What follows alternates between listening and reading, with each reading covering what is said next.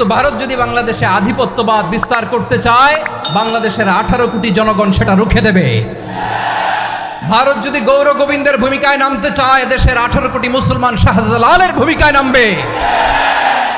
বন্ধুত্ব is welcome, দাদাগিরি নয়।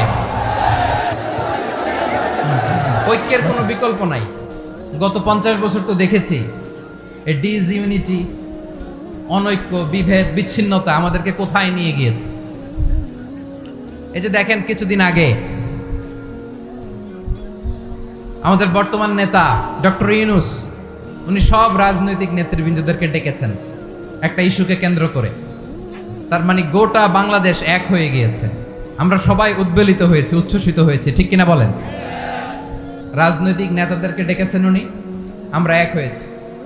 এরপরে ধর্মীয় অঙ্গনের যে লিডাররা, বিভিন্ন ধর্মের, শুধু মুসলিম না, সবাইকে ডেকেছেন, আমরা ঐক্যবদ্ধ হয়েছি। এটাকে বলে ন্যাশনাল ইউনিটি, জাতীয় ঐক্য।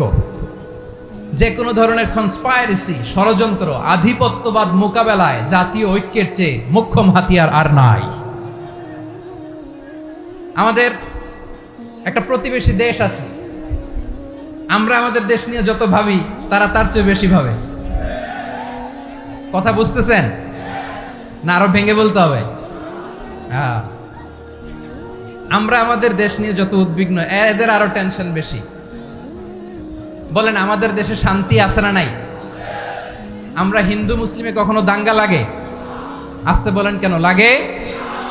ওদের পূজা পার্বণে আমাদের মাদ্রাসার ছেলেরা যে পাহারা দেয়, চিল্লায় বলেন ঠিক কিনা?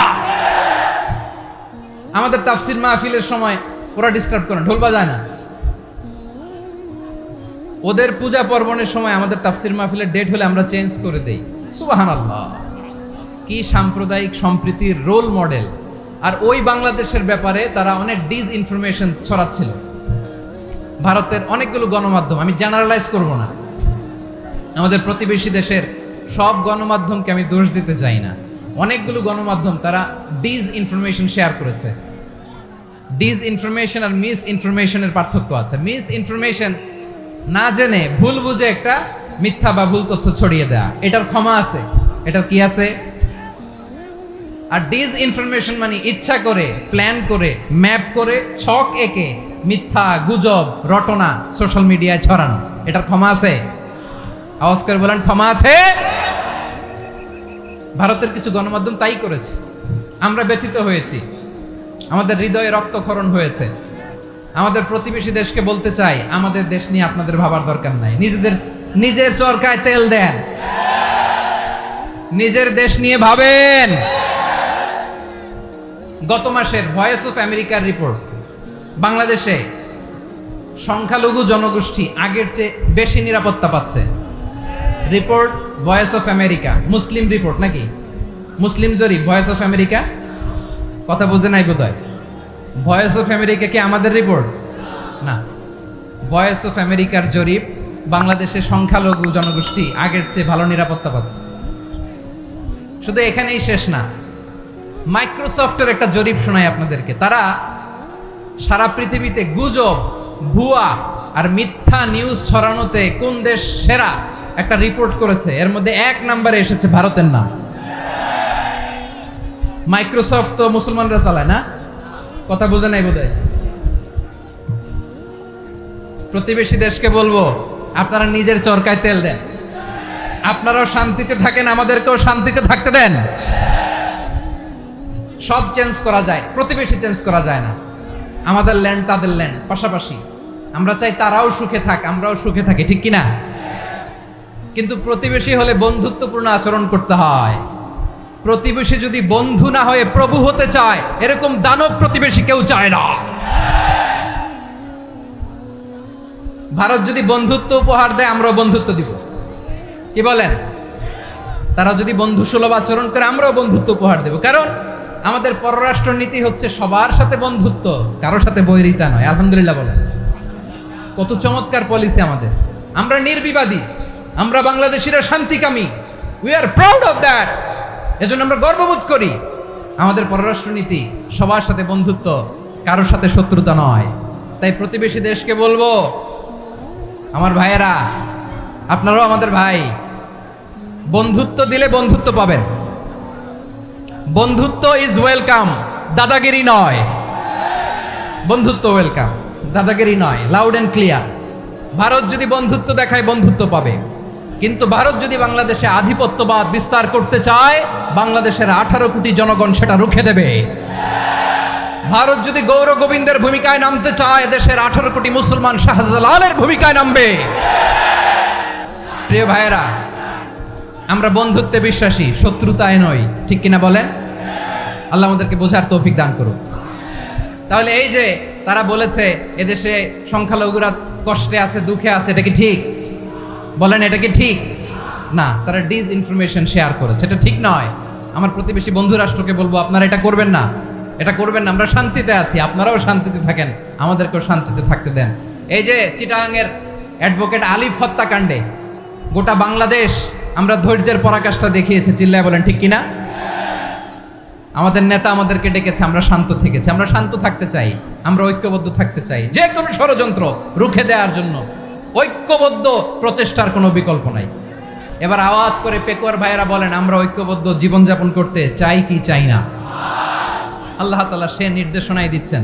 আল্লাহ তাআলা ইরশাদ করছেন, ওয়া'তাসিমু বিহাবলিল্লাহি জামিআন ওয়া লা তাফাররাকু ওয়াযকুরু নি'মাতাল্লাহি আলাইকুম ইয কুনতুম আ'দাআন ফাআল্লাফা বাইনা কুলুবিকুম فأصبحتم بنعمته إخوانا وكنتم على فرة من النار فأنقذكم منها كذلك يبين الله لكم آياته لعلكم تهتدون الله أكبر পড়েন। আল্লাহ বললেন, ও গোলামেরা শোনো, ওয়া'তাসিমু বিহাবলিল্লাহি জামিআ, ও আমার গোলামেরা সবাই মিলে আল্লাহর রশিকে আঁকড়ে ধরো। আল্লাহর রশি হলো ইসলাম, আল্লাহর রশি হলো কোরআন। আল্লাহ বললেন, কোরআনকে আঁকড়ে ধরো, ইসলামকে আঁকড়ে ধরো। একা একা আঁকড়ে ধরলে চলবে না, জামিআ, সবাই মিলে আঁকড়ে ধরো। এই আদেশটা আমাদের জন্য দান করেছেন কে? আল্লাহ তাআলার নির্দেশ, ওয়া'তাসিমু বিহাবলিল্লাহি জামিআ, সবাই মিলে আল্লাহর রশিকে আঁকড়ে ধরো। হাবলুল্লাহ মানে আল্লাহর রশি। হাবলুল্লাহ মানে কি? রশি। এই হাবলুল্লাহ আল্লাহর রশি বা আল্লাহর রজ্জু দ্বারা উদ্দেশ্য হচ্ছে ইসলাম। আল্লাহর রশি দ্বারা উদ্দেশ্য কি? তাফসিরে অনেক ব্যাখ্যা এসেছে। এই এরকম পরিস্থিতিতে তাফসিরের সূক্ষ্ম সূক্ষ্ম বিষয়গুলো আমরা শোনাতে চাই, কিন্তু পরিবেশ হয়ে ওঠে না। আল্লাহর রজ্জু বা আল্লাহর রশি দ্বারা উদ্দেশ্য হচ্ছে ইসলাম। আল্লাহর রজ্জু বা আল্লাহর রশি দ্বারা উদ্দেশ্য হচ্ছে কোরআন। কারণ কোরআন আমাদেরকে ঐক্যবদ্ধ করে, ইসলাম আমাদেরকে ঐক্যবদ্ধ করে। চিল্লায় বলেন ঠিক কিনা? এজন্য আল্লাহ বললেন, তোমরা আমার রশিকে আঁকড়ে ধরো, বিচ্ছিন্ন হয়ে না। আমার দেয়া নেয়ামতগুলো স্মরণ করো। যখন তোমরা ছিলে শত্রু, তোমাদের মধ্যে হৃদয়ে আমি আল্লাহ ভালোবাসা ঢেলে দিলাম, ফলে তোমরা সবাই ভাই ভাই হয়ে গেলে। তোমরা সবাই ছিলে জাহান্নামের কিনারায়, জ্বলন্ত অগ্নিকাণ্ডের পাশে। আমি আল্লাহ দয়া করে ঈমানের বদৌলতে তোমাদেরকে আগুন থেকে ফেরালাম। আমি আল্লাহ দয়া করে তোমাদেরকে জান্নাতের পথ দেখিয়ে দিলাম। সুবহানাল্লাহ পড়েন। এমন পথ দেখালাম যেই পথ তোমাদেরকে জান্নাতে নিয়ে যাবে, পথের দিশা তোমরা পাবে। লাআল্লাকুম তাহতাদুন। প্রিয় ভাইরা, তাহলে আমাদের যে ঐক্যবদ্ধ থাকতে হবে, এই নির্দেশটা কার? নাকি মন মতো আমি বানায় বলতেছি? আওয়াজ করে বলুন, নির্দেশটা কার? আল্লাহর। তাহলে আমাদেরকে ঐক্যবদ্ধ জীবন যাপন করতে হবে। প্রিয় ভাইরা, ইসলাম আমাদেরকে ঐক্যবদ্ধ করে। ইসলাম আমাদেরকে কি করে? সংঘবদ্ধ করে, ঐক্যবদ্ধ করে। বিচ্ছিন্ন হওয়া যাবে না। বিরোধ, বিচ্ছিন্নতা, মতানৈক্য, এগুলো আমাদেরকে ধ্বংস করে, আমাদেরকে দুর্বল করে। আর আমাদের ঐক্যবদ্ধ প্রচেষ্টা আমাদেরকে বিজয়ের দিকে এক ধাপ এগিয়ে নেয়। চিল্লায় বলেন ঠিক কিনা? এজন্য আল্লাহ বললেন, ওয়া'তাসিমু বিহাবলিল্লাহি জামিআ, তোমরা আল্লাহর রশিকে আঁকড়ে ধরো, তোমরা ঐক্যবদ্ধ জীবন যাপন করো, তোমরা বিচ্ছিন্ন হয়েও না। বিচ্ছিন্ন হইলে লস, ঐক্যবদ্ধ হলে সেখানে কল্যাণ আছে না নাই?